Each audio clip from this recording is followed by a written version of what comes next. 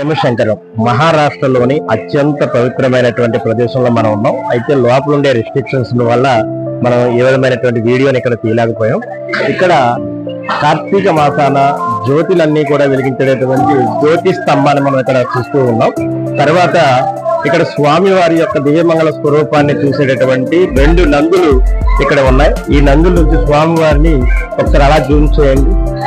స్వామివారి శిఖరం దాన్ని ఎలా వచ్చేది, స్వామివారి శిఖరాన్ని మనం చూడొచ్చు.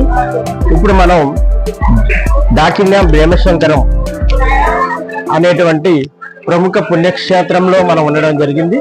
ఇక్కడ స్వామివారి యొక్క పువ్వులతో తయారు చేసినటువంటి అగరబత్తిని ఇక్కడ వాళ్ళు విక్రయించడం మనం చూస్తున్నాం. ఇది వెళ్ళేటటువంటి మార్గం.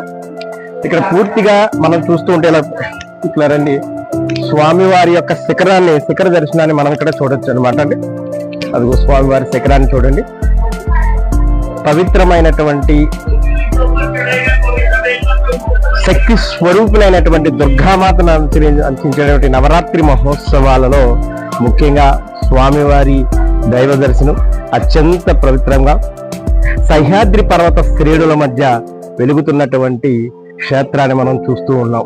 చక్కని వెలుగుల మధ్య స్వామివారి శిఖర రూపాన్ని మనం చూడొచ్చు. ఇది బయటికి వెళ్ళేటటువంటి మార్గం. అలా వెళ్ళిపోతుంది.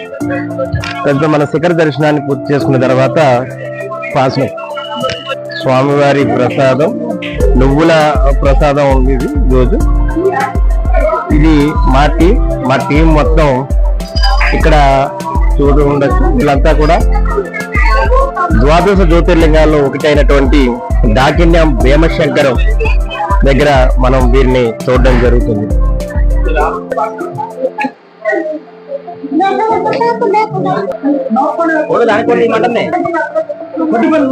స్వామివారి శివ దర్శనానికి హనుమంతుడు కూడా వచ్చాడు.